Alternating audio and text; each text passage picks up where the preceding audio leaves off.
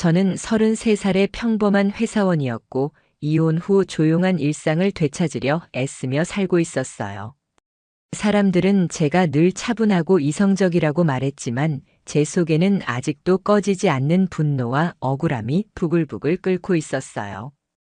그날의 기억이 지워지지 않았어요. 결혼 생활 4년, 제 인생에서 가장 후회되는 시간들이었어요. 그리고 그 끝에는 배신이라는 단어로도 설명이 부족한 악몽이 있었어요. 그 남자, 제 전남편 박준혁. 겉으로 보기엔 누구보다 반듯하고 매너 좋은 남편이었지만 알고 보면 내면은 썩어 있던 사람이었어요. 제게는 늘 다정하게 굴었지만 그 다정함은 철저한 계산 아래 나온 가면이었어요. 결국 그 사람은 제 등 뒤에서 다른 여자와 몰래 만남을 이어가고 있었고 저는 모든 걸 뒤늦게야 알게 되었어요. 증거를 모으고 이혼 소송을 걸었지만 그 사람은 끝까지 뻔뻔했어요. 결국 위자료도 제대로 못 받고 모든 걸 잊고 새 출발을 택하는 수밖에 없었어요. 이혼 후 몇 년 동안 저는 인간관계를 줄이고 일만 바라보며 살았어요. 그런 제게 유일하게 마음을 터놓을 수 있었던 친구가 있었어요. 대학 시절부터 10년 넘게 친하게 지낸 친구 박소윤. 늘 밝고 사교적이었던 그녀는 제가 힘들어할 때마다 곁을 지켜줬고 조언도 아끼지 않았어요. 속 얘기를 털어놓을 수 있는 사람이 있다는 것만으로도 저는 위로를 받았어요. 그래서 그녀가 결혼한다고 했을 때 진심으로 축하해주고 싶었어요. 그녀가 청첩장을 건넸을 때 저는 망설임 없이 웃으며 받았어요. 결혼식은 한 달 뒤였고 저는 그녀를 위해 축하 선물도 미리 준비했어요. 당일엔 꽃다발까지 사들고 갔어요. 예식장은 고급 호텔의 대형홀로 꾸며져 있었고 하객들도 많았어요. 어딘가 불편한 마음이 들었지만 그냥 결혼식이니까 그러려니 했어요. 그런데 제 발걸음이 갑자기 얼어붙은 순간이 있었어요. 식장이 조용해지고 웨딩 마치가 울려 퍼졌을 때였어요. 신부가 먼저 입장했고 모두가 박수를 쳤어요. 소윤이는 새하얀 드레스를 입고 있었고 얼굴엔 행복한 미소가 떠 있었어요. 저는 진심으로 축복하고 있었어요. 그리고 신랑이 등장했어요. 문이 열리고 걸어 들어오는 그 남자의 얼굴을 보는 순간 저는 눈을 의심했어요. 숨이 막히는 느낌이었어요. 눈앞이 아찔했고 손에 들고 있던 꽃다발이 바닥으로 떨어졌어요. 그 사람은 바로 박준혁이었어요. 제 전남편이었어요. 몇 년 전 배신과 거짓말로 제 인생을 송두리째 망가뜨렸던 그 남자가 제 가장 친한 친구의 신랑으로 입장하고 있었어요. 말이 안 되는 광경이었어요. 눈앞에서 벌어지고 있는 일이 현실인지 악몽인지 구분이 안 됐어요. 누가 제 등에 대못을 박는 듯한 충격이 밀려왔어요. 어쩌면 이보다 더한 모욕은 없을 거라는 생각이 들었어요. 그 순간 온몸이 얼어붙었고 머릿속은 새하얗게 변했어요. 눈물이 나올 줄 알았는데 오히려 아무 감정도 느껴지지 않았어요. 소름이 끼친다는 말로도 부족했어요. 심장이 쿵쾅거리는 소리가 귀를 때렸고 손끝은 차가워졌어요. 주변의 박수 소리와 웃음소리는 마치 저를 비웃는 듯 울려 퍼졌어요. 이게 말이 돼? 저는 속으로 외쳤어요. 이건 우연도 아니고 실수도 아니었어요. 누가 봐도 의도적인 조롱이었어요. 왜 아무도 말해주지 않았을까 생각했어요. 제 주변 누구도 소윤이와 박준혁이 연애 중이었다는 기미를 준 적이 없었어요. 도대체 이들은 언제부터 그런 관계였던 걸까요? 제가 이혼하기 전부터였을까? 아니면 제가 힘들어하던 그 시기에 몰래 만남을 시작했던 걸까요? 그 모든 의심이 머릿속을 파고들었고 속이 뒤집어지는 기분이었어요. 친구와 전남편 가장 믿었던 두 사람에게서 받은 배신감은 말로 표현이 안 됐어요. 하지만 저는 그 자리에서 아무 말도 하지 않았어요. 말하면 비명을 지르고 싶었고 드레스를 찢고 뛰쳐나가고 싶었어요. 그런데 이상하게도 저는 침착했어요. 아무렇지 않은 척 입꼬리를 올리고 조용히 박수를 쳤어요. 아무도 몰랐어요. 제 속이 어떻게 타들어가고 있었는지 하지만 저는 그 순간 결심했어요. 이 결혼식은 끝이 아니라 시작일 뿐이라는 걸요. 제게는 복수라는 단어가 점점 또렷해지고 있었어요. 저는 돌아서서 식장을 나왔어요. 소윤이도 제 모습을 보지 못했을 거예요. 모두가 그녀만을 바라보고 있었으니까요. 하지만 저는 멈출 수 없었어요. 이대로는 절대 못 넘길 일이었어요. 이건 단순한 인연의 꼬임이 아니었어요. 이건 명백한 계획적인 기만이었어요. 저는 반드시 이 둘이 어떤 방식으로 이런 관계를 맺게 됐는지 알아내야 했어요. 그래야 제 분노가 조금이라도 가라앉을 수 있을 것 같았어요. 그리고 저는 움직이기 시작했어요. 과거의 조각들을 다시 들춰보기 시작했어요. 하나씩 맞춰가기 시작했어요. 그리고 그 조각들 속엔 상상도 못했던 진실들이 숨어 있었어요. 결혼식장에서 돌아온 저는 혼자 차 안에 앉아 멍하니 창밖만 바라봤어요. 아무 소리도 들리지 않았고 세상이 멈춘 것 같았어요. 억울하고 분하고 어이없고 모든 감정이 한꺼번에 밀려왔지만 그 감정들을 붙잡을 틈도 없이 숨이 막혀왔어요. 저는 브레이크가 고장난 듯 스스로를 제어하지 못하고 있었어요. 이건 우연이 아니에요. 절대 아니었어요. 이 결혼은 철저하게 저를 조롱하기 위한 짜여진 시나리오라는 생각밖에 안 들었어요. 그날 밤 저는 잠을 잘 수가 없었어요. 눈을 감으면 결혼식장의 그 장면이 그대로 떠올랐어요. 친구 드레스를 입고 환하게 웃던 소윤이, 그리고 그 곁에 선 제 전 남편, 저를 2번 죽인 그 사람. 침대에 누운 채 수없이 뒤척이다가 새벽녘 결국 저는 휴대폰을 들었어요. 카톡 기록, 문자, 사진, 통화 내역, 그들이 남긴 흔적이 있을지도 모른다는 생각이 들었어요. 미친 사람처럼 수년 전 대화까지 전부 뒤졌어요. 단서는 너무 쉽게 나타났어요. 예전 어느 날 소윤이가 보낸 메시지 하나가 제 눈에 들어왔어요. 그날 남편이랑 싸웠다고 했지. 혹시 내가 위로해 줄 수 있으면 언제든 말해. 저는 그 메시지가 당시엔 위로로 느껴졌지만 지금 보니 너무 수상했어요. 그리고 또 하나, 오빠는 너무 고지식한 것 같아. 답답하지 않아? 그 오빠라는 단어 전엔 그냥 말실수겠거니 했어요. 근데 지금 보니 그 오빠가 누구였을까요? 이제서야 모든 게 이해됐어요. 그 다음 날 저는 회사를 조퇴하고 혼자 조용한 카페에 앉았어요. 그들 둘의 SNS를 샅샅이 뒤졌어요. 예전엔 서로 마팔도 안 했었는데 이젠 대놓고 함께 찍은 사진들이 있었어요. 캡션에는 날짜가 없었지만 사진 속 소윤의 손에 끼워진 반지가 눈에 들어왔어요. 그 반지는 예전에 제가 끼고 있던 결혼 반지였어요. 준혁이랑 저랑 커플로 맞췄던 거였어요. 이건 미친 거예요.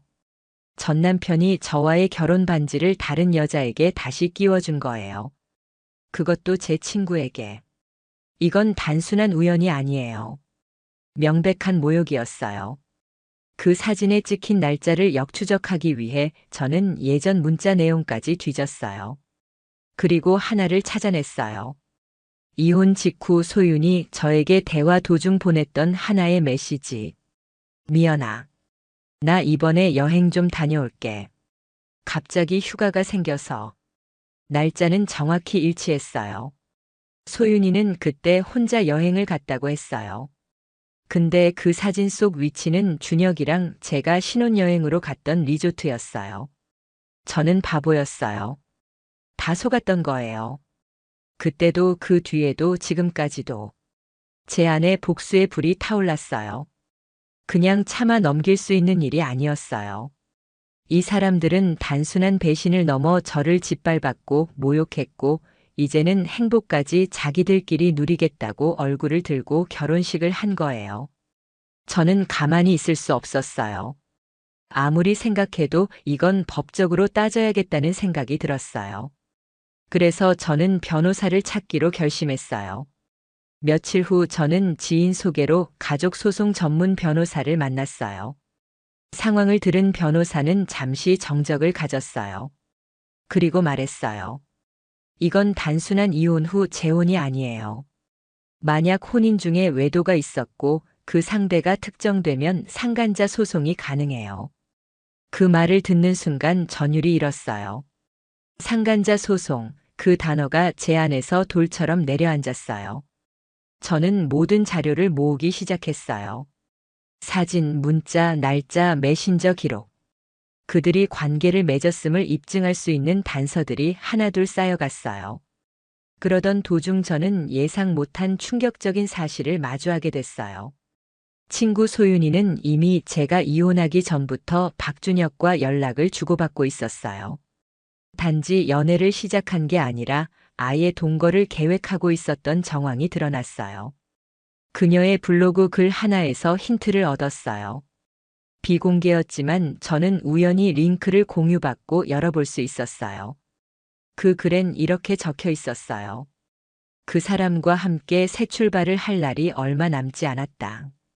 이제 조금만 기다리면 모든 게 제자리로 돌아올 거야. 날짜는 제 이혼을 일주일 앞둔 시점이었어요. 새 출발이라는 말, 그리고 제자리, 그 단어들이 무엇을 뜻하는지 너무도 분명했어요. 소윤이는 알고 있었어요. 제가 이혼을 앞두고 얼마나 힘들었는지, 제가 얼마나 박준혁에게 배신감을 느끼고 있었는지.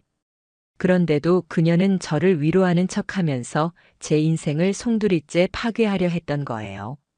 저는 이걸 절대 그냥 넘어갈 수 없었어요. 이건 단순한 개인적인 배신이 아니었어요. 명백한 법적 책임을 물어야 할 문제였어요. 저는 다시 변호사를 찾아갔어요. 정리한 증거들을 모두 제출했어요. 변호사는 조용히 말했어요. 이 정도면 충분합니다. 민사소송으로 상간녀 청구 가능합니다. 특히 상대가 친한 친구였다면 도의적 책임도 훨씬 클 거예요. 법원도 감안할 겁니다. 그 말을 들은 순간 저의 모든 억울함이 터져 나왔어요. 저는 흔들리는 목소리로 말했어요. 끝까지 가겠습니다. 절대 용서하지 않을 거예요. 그날 이후 저는 모든 준비를 시작했어요. 소장을 작성하고 제출하고 상대방에게 통보하기까지 수많은 절차가 있었지만 저는 하나도 지치지 않았어요. 오히려 하나하나 진행될 때마다 제 안에 쌓인 분노가 조금씩 정리되는 기분이었어요. 진실은 묻히지 않았고 저는 멈추지 않을 거라는 걸 제 스스로에게 증명하는 과정이었어요. 하지만 그 시점에서 예상 못했던 또 다른 진실이 제 앞에 나타나기 시작했어요. 이 모든 사건은 단지 결혼이라는 결과로 끝난 게 아니었어요. 그들 사이엔 더 깊고 더 더러운 비밀이 숨어 있었고 저는 그걸 알게 될 준비가 전혀 되어 있지 않았어요. 상간자 소송이 정식으로 접수된 날 저는 아무 말 없이 하늘을 올려다봤어요. 비가 내리고 있었지만 그 차가운 물줄기가 오히려 저에게 위로처럼 느껴졌어요. 그들은 아무렇지 않게 살아가고 있었겠죠. 아마 아직 소장도 받아보지 못했을 거예요. 그들이 웃고 떠드는 시간 속에 제가 어떤 나날을 보냈는지 전혀 모른 채로요. 저는 하루하루가 지옥이었는데 그들은 제 등을 밟고 행복을 누리고 있었다는 사실에 또 다시 가슴이 갈라질 듯 아팠어요. 소윤이는 연락 한 통 없었어요. 마치 저와의 인연 자체를 지워버리겠다는 듯이. 하지만 저는 조용히 기다렸어요. 그들이 통보받는 날이 오기를. 그리고 마침내 법원에서 보내는 통지서가 전달되었어요. 그들은 소송을 피할 수 없게 되었어요. 며칠 뒤 소윤의 번호로 전화가 왔어요. 진동이 울릴 때 심장이 철렁 내려앉았어요. 몇 년을 함께했던 친구의 이름을 그제야 다시 마주했어요. 하지만 저는 받지 않았어요. 저는 이제 감정을 소모하고 싶지 않았어요. 대신 문자 하나만 보냈어요. 법정에서 보자. 그러고 나서 얼마 지나지 않아 박준혁의 번호로도 전화가 왔어요. 이 사람은 이혼 후 단 한 번도 저에게 연락한 적 없었어요. 그런데 이 소송 이후 처음으로 제게 전화를 했다는 건 분명 무언가 불안하다는 뜻이었어요. 전화는 받지 않았지만 음성 메시지를 남겼더라고요. 미연아. 이건 너무한 거 아니야. 소윤이랑 난 진심이야. 그 말에 웃음이 나왔어요. 진심. 그 단어 하나가 이렇게 혐오스러울 수 있구나 싶었어요. 진심이라는 말을 제 인생을 짓밟은 도구처럼 아무렇지 않게 내뱉는 그 사람에게 다시 한번 분노가 치밀어 올랐어요. 그 후로 저는 변호사와 함께 대응 전략을 세우며 소송을 준비했어요. 상대 측은 처음에는 침묵으로 일관했어요. 반박도 없었고 입장문도 없었어요. 아마도 그들 입장에선 저를 겁주면 소송을 취할 거라 생각했겠죠. 하지만 저는 단단했어요. 이제는 흔들리지 않았어요. 이 싸움은 단순히 위자료 몇백만 원을 위한 게 아니었어요. 제 인생에 대한 존엄을 되찾기 위한 싸움이었어요. 그러던 중 저는 또 하나의 충격적인 사실을 알게 되었어요. 박준혁이 저와 결혼 생활을 유지하던 마지막 해, 어느 날 늦게 들어온 적이 있었는데, 그날따라 그는 평소와 다르게 핸드폰을 일부러 안 들고 다녔어요. 당시에는 단순히 충전이 안 됐거나 잃어버린 줄 알았어요. 그런데 이번에 제가 수집한 자료 중 하나. 예전에 동기에게 빌렸던 USB에 백업돼 있던 오래된 녹음 파일 하나가 있었어요. 제가 그해 초쯤 차 안에서 틀어놓았던 블루투스 녹음이 저장돼 있었어요. 파일을 열었을 땐 솔직히 기대하지 않았어요. 근데 들리는 소리는 명확했어요. 오늘도 그 여자랑 싸웠어. 진짜 질려. 빨리 끝내고 싶다니까. 그 목소리는 박준혁의 것이었고 그 다음 들린 목소리는 박소윤이었어요. 좀 더 기다려야 해. 아직은 아니야. 완전히 정리되면 자연스럽게 넘어가자. 그 둘은 제가 알지 못하는 사이 이미 미래를 이야기하고 있었던 거예요. 그저 외도가 아니라 아예 저를 처리해야 할 장애물로 생각하고 있었다는 사실이 너무나 끔찍했어요. 이건 단순한 불륜이 아니었어요. 계획적인 배신이자 악의적인 기획이었어요. 두 사람은 저와 이혼할 방법을 함께 의논하고 있었고, 심지어 증거가 남지 않게 조심하자는 말까지 주고받고 있었어요. 그 순간 저는 결심했어요. 민사소송에서 멈추지 않겠다고. 형사고소는 어렵다고 했지만 저는 불법 녹음이 아닌 정당한 증거를 기반으로 대응하겠다고 변호사에게 말했어요. 그리고 그와 동시에 제게 무언가 이상한 낌새가 느껴졌어요. 박준혁이 회사 내에서 새로운 법인을 준비하고 있다는 이야기를 들었거든요. 알고 보니 이 법인의 자금 일부가 예전 우리 공동명의 계좌에서 유출된 금액과 관련이 있었어요. 저는 곧바로 금융 기록을 요청했고 변호사는 법원에 사실조회 신청을 넣었어요. 그리고 며칠 후 도착한 회신 문서에는 충격적인 내용이 담겨 있었어요.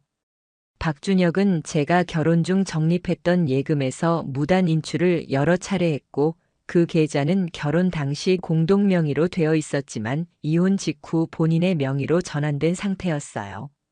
변호사는 말했어요. 이건 재산 분할 과정에서도 문제가 될 수 있어요. 당신이 몰랐다면 횡령 요소도 검토해야 합니다. 분노가 한계치를 넘어서고 있었어요. 이 사람은 제 인생도 뺏고 제 돈도 빼돌리고 그 모든 걸 덮기 위해 제 친구와 함께 저를 사회적으로 고립시키고 있었어요. 이건 철저하게 짜인 범죄에 가까웠어요. 저는 변호사에게 형사 고소 가능 여부를 다시 묻기 시작했어요. 그리고 변호사는 조심스럽게 말했어요. 명확한 자금 흐름과 고의성 입증이 된다면 업무상 횡령과 배임으로 형사 고발도 가능할 수 있어요. 그 말을 들은 순간 저는 가슴속에서 불이 활활 타오르는 걸 느꼈어요. 이제 그들은 단순히 제게 사과한다고 끝날 문제가 아니에요. 법적으로 응징받아야 할 사람들이에요. 이 정도 증거면 언론사에 제보해도 뉴스에 나올 수준이라는 말도 들었어요. 저는 차근차근 다음 수순을 준비하기 시작했어요. 재산권 확보 절차, 형사소송 준비, 그리고 언론 대응 전략까지요. 이제는 전면전이에요. 소윤이는 여전히 연락을 시도하고 있었어요. 한밤중에 전화가 오기도 했고 문자로는 우리 진심이야. 왜 이렇게까지 하니 같은 말도 보냈어요. 그 문장을 보는 순간 머리가 뜨거워졌어요. 왜 이렇게까지 하니? 도대체 누가 누구한테 할 말인지 이해할 수 없었어요. 저는 그 문자에 단 하나의 문장으로 답했어요. 내가 내 인생의 한 짓의 값은 너희가 모두 치르게 될 거야. 그때부터였어요. 두 사람이 점점 무너지는 소리가 제게 들리기 시작한 건요. 사람은 자기가 누린 만큼의 책임을 지게 되어 있어요. 그리고 그 책임이란 건 결국 법정에서 판결이라는 이름으로 돌아오게 되어 있죠. 저는 기다리고 있었어요. 그날이 오기를. 그들이 뻔뻔하게 쌓아올린 위선의 성이 산산조각 나는 그 순간을요. 재판 날이 다가왔어요. 그날을 기다리며 수없이 많은 시뮬레이션을 머릿속으로 돌렸어요. 어떤 표정으로 법정에 들어서야 할지, 어떻게 앉아 있어야 할지, 손은 떨리지 않을지 다 예상하고 준비했어요. 하지만 막상 법원 앞에 도착했을 땐 다리 힘이 풀려 주저앉을 뻔했어요. 긴장감은 생각보다 훨씬 더 잔인하고 날카로웠어요. 입안은 바싹 말라 있었고 가슴은 쿵쾅거렸어요. 법이라는 이름 아래에서 제 억울함을 말로 꺼낸다는 건 결코 쉬운 일이 아니었어요. 소송은 비공개로 진행됐어요. 조용한 법정 안은 도리어 모든 숨소리가 울리는 듯한 긴장감으로 가득했어요. 법정에 들어서는 순간 제 눈에 들어온 건 소윤의 모습이었어요. 몇 달 전 결혼식장에서 봤던 화려한 모습은 온데간데 없었고 대신 마치 모든 걸 포기한 듯한 초췌한 얼굴로 앉아 있었어요. 그 옆에는 박준혁이 있었어요. 여전히 깔끔하게 차려입은 채 자신만만한 얼굴을 하고 있었어요. 모든 걸 통제할 수 있다는 자신감이었겠죠. 판사가 입장하고 모두가 일어나 앉자 저는 숨을 깊이 들이마셨어요. 변호사의 신호에 따라 하나씩 자료를 제출했어요. 문자, 녹음 파일, 재무 기록, 사진, SNS 캡처. 그리고 여행지에 함께 있었음을 증명하는 위치 정보까지. 소윤 측 변호사는 초반엔 이 모든 자료가 사적인 감정에 기반한 일방적 해석이라며 반박했어요. 하지만 제가 제출한 녹음 파일의 일부를 재생했을 때 그쪽 변호사의 얼굴이 굳어졌어요. 좀 더 기다려야 해. 아직은 아니야. 완전히 정리되면 자연스럽게 넘어가자. 그 말이 법정 안에 울려 퍼지는 순간 소윤은 고개를 푹 숙였어요. 그녀는 그 말을 부정하지도 않았고 고개도 들지 않았어요. 박준혁은 오히려 고개를 돌려 저를 노려봤어요. 그 눈빛은 분노였어요.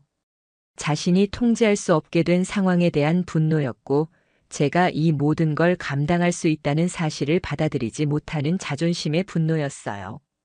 판사는 조용히 입을 열었어요. 피고가 원고의 결혼 생활 중 배우자와 부적절한 관계를 맺었고 그것이 이혼 사유에 결정적 영향을 미쳤다는 정황이 명백하므로 상간 행위가 성립됩니다. 그 말을 듣는 순간 저는 숨이 멎을 뻔했어요. 그동안의 시간들이 주마등처럼 스쳐갔어요. 억울했던 밤들, 울음을 삼키던 날들, 그리고 조용히 침대에서 등을 돌린 채 잠들어야 했던 순간들까지. 이제야 다 이유가 있었던 거였어요. 법정이 끝나고 나오는데 소윤이 조심스럽게 다가왔어요. 그 사람은 마치 죄를 지은 아이처럼 눈동자가 흔들리고 있었어요. 그 눈빛 하나에 저는 다시 미쳐버릴 것 같았어요. 아무 말도 하지 않고 돌아섰어요. 하지만 그 순간 그녀가 말했어요. 사실 나도 속았어. 너처럼. 그 말에 걸음을 멈췄어요. 하지만 저는 고개를 돌리지 않았어요. 어떤 진실을 꺼내려는 건지 아니면 단지 자기 합리화에 불과한 것인지. 그건 중요하지 않았어요. 저는 그 말에 대답할 이유가 없었어요. 그녀는 이미 제 인생에서 끝난 사람이었어요. 며칠 후 판결문이 도착했어요.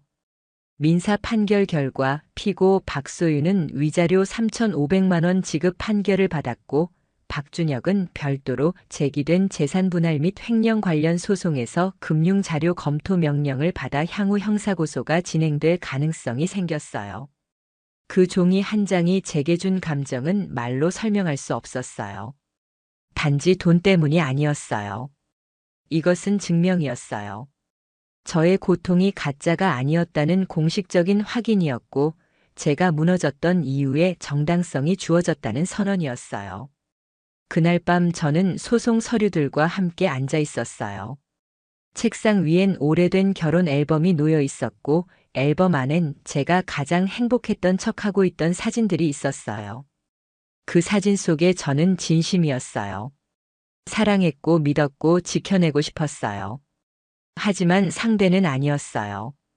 그 사람은 그 순간조차도 다른 여자를 마음에 품고 있었고, 저를 하나의 과정으로만 여기고 있었어요.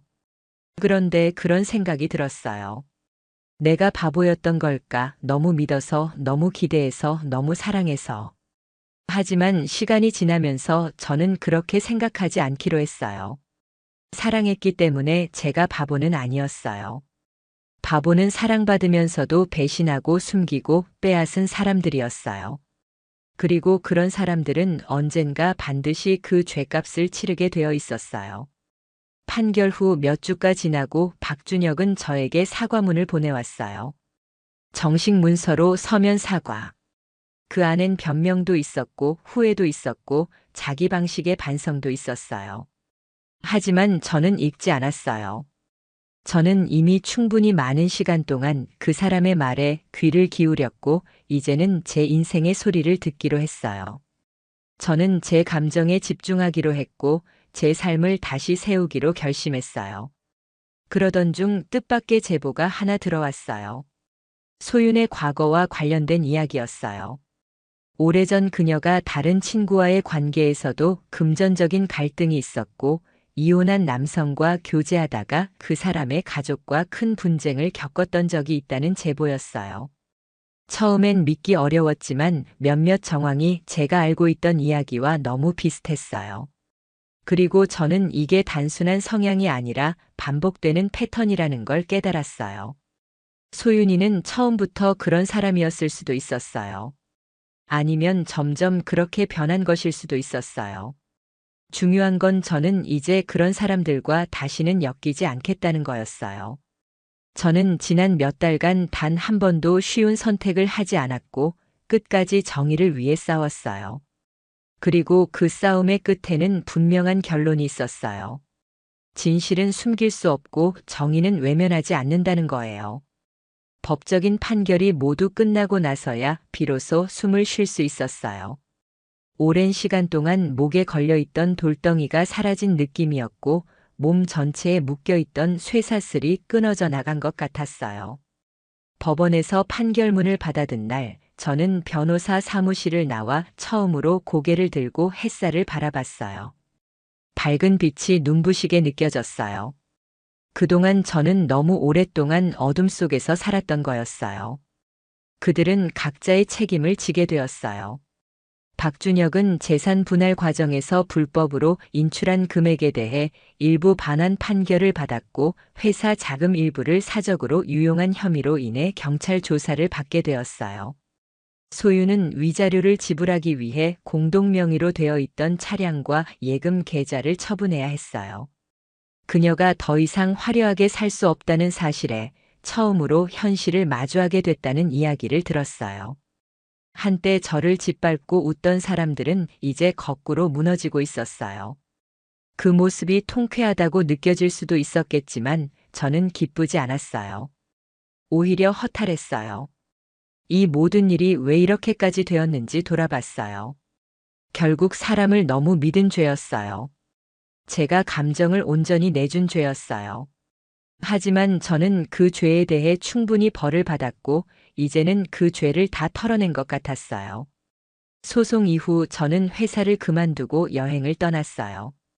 한국을 벗어나고 싶었어요.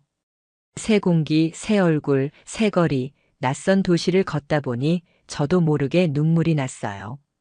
아무도 저를 모르는 거리에서 울 수 있다는 게 그렇게 감사할 수 없었어요. 여행 중에는 일부러 휴대폰을 꺼두었어요. 누구와도 연락하지 않았고 그 누구의 소식도 듣고 싶지 않았어요. 며칠 동안 그렇게 지내다가 어느 날 한 카페에서 노트를 펼치고 글을 쓰기 시작했어요. 처음에는 복잡한 감정들을 쏟아냈어요. 억울함, 분노, 배신감, 그리고 나중엔 그 안에서 제가 몰랐던 제 얼굴이 보이기 시작했어요. 저는 생각보다 강했고 생각보다 단단했어요. 그 모든 고통을 견디고 여기까지 온 저는 더 이상 무너질 수 없는 사람이 되어 있었어요. 돌아와서는 일상의 모든 것을 정리했어요. 집안 가구도 새로 들였고 사진도 다 뗐어요. 과거의 흔적은 하나도 남기지 않았어요. 전화번호도 바꾸고 SNS도 다 정리했어요. 그리고 진짜로 필요한 사람들만 곁에 남겼어요. 겉으로만 웃던 사람들, 제 고통을 소비하듯 구경하던 사람들은 모두 정리했어요. 인생에서 필요 없는 사람들을 지우는 작업이 처음엔 두려웠지만 시간이 지나면서 너무나 당연한 선택이었다는 걸 알게 되었어요. 그러던 어느 날 소윤이 마지막으로 편지를 보냈어요. 누군가에게 부탁해서 제 주소를 알아냈는지 깔끔한 봉투에 제 이름이 적혀 있었어요. 처음엔 열지 않으려 했지만 잠시 고민 끝에 조용한 밤에 펼쳐봤어요. 편지엔 긴 글이 적혀 있었어요. 미연아. 너에게 무슨 말을 해야 할지 모르겠어. 우리가 저지른 일에 대해 사과하고 싶지만 그 말이 얼마나 가벼운지도 알고 있어. 준혁 씨랑 끝났어. 결국 서로를 탓하다가 다 무너졌어. 널 무너뜨리려고 한 건 아니었지만 결과적으론 그런 일이 됐지. 나는 나를 용서하지 못할 거야. 내가 날 평생 미워해도 괜찮아. 다만 너는 꼭 행복하길 바랄게. 그 편지를 다 읽고 나서 저는 아무 말도 하지 않았어요. 눈물도 안 났어요. 그저 조용히 편지를 접고 불에 태웠어요. 그 연기가 날아가는 걸 보면서 마음 한편에 자리 잡고 있던 마지막 응어리 하나가 사라지는 느낌이었어요. 이제 정말 끝났어요. 저는 그녀를 용서하지 않았어요. 하지만 이제 더 이상 미워하지도 않았어요. 그 감정을 쏟기에는 제 삶이 너무 소중했어요. 그 후로 저는 새로운 일을 시작했어요. 상담 심리 자격증을 따기 위해 공부를 시작했고 사람들의 이야기를 들어주는 일에 매력을 느끼게 됐어요. 아픈 사람들의 목소리를 들으면서 그 안에서 제 과거의 그림자도 함께 덜어내는 기분이었어요. 저는 누군가를 위로하면서 제 자신을 치유하고 있었어요. 어느 날 상담소에 찾아온 한 여성이 말했어요. 남편이 친구랑 바람이 났어요. 세상이 무너지는 것 같아요. 그 말을 듣고 저는 눈을 감았어요. 그리고 그녀에게 조용히 말했어요. 그 세상은 다시 세워질 수 있어요. 제가 그랬거든요. 그 말에 그녀는 처음으로 울음을 멈췄어요. 저는 알 수 있었어요. 이제 제 이야기는 단지 상처로 남는 것이 아니라 누군가에게 힘이 될 수 있는 이야기로 바뀌었다는 걸요. 사람들은 말해요. 상처는 시간이 지나야 아문다고. 하지만 저는 달라요. 상처는 시간이 아니라 선택으로 아물어요. 내가 그 상처에 머물 것인지 벗어날 것인지, 내가 무너진 채 살 것인지 다시 일어설 것인지, 그건 결국 내 선택이었어요. 그리고 저는 일어섰어요. 아주 단단하게 다시는 무너지지 않도록. 이 모든 일을 겪고 나서 제가 깨달은 진실이 있어요. 누군가의 헌신과 믿음을 배신으로 갚은 사람들의 끝은 처참해요. 그들은 결국 자신이 만든 덫에 걸려요. 하지만 끝까지 사람답게 살았던 사람은 반드시 다시 일어설 기회를 얻게 돼요. 저는 그 기회를 붙잡았고 그 기회를 제 인생으로 바꿨어요. 이제 저는 다시 웃어요. 조용히 깊게 진심으로. 더 이상 흔들리지 않는 마음으로요. 그리고 매일 아침 이렇게 다짐해요. 오늘은 어제보다 더 강해질 거야. 더 단단해질 거야. 그리고 다시는 그 어둠 속으로 돌아가지 않을 거야.